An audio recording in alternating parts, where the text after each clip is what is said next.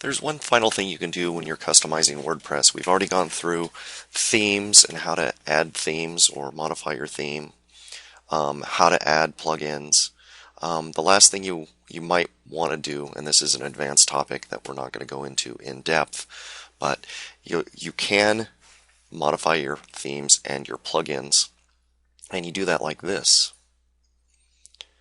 So for example, if you wanted to modify a plugin, you could go to the editor, pick one of your plugins and change the code in here if you're adept at that. You could also do it with the all-in-one SEO pack, which are the only two plugins I've got installed right now. You could go inside here, change the code, update the file, be done with it. But you better be sure that you know what you're doing with PHP code. The same goes for themes. You can edit a theme. And as you can see here, Genesis is chosen, but you can choose any of the themes that are already installed on your site.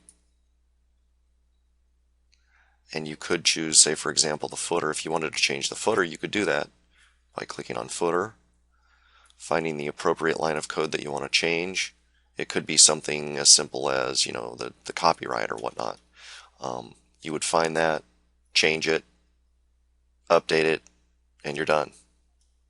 So that's really all there is to that. Not going to get into the advanced stuff. I would always suggest that you actually hire a developer or somebody adept in PHP to do this for you.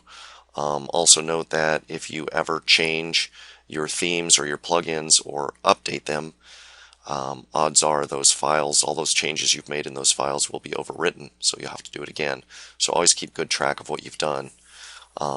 And again, another caveat is when you do make changes, if there's an update to a plugin that's substantial, meaning it affects the way the plugin works to a large degree, those changes you made to the plugin in the old plugin may not work with the new plugin.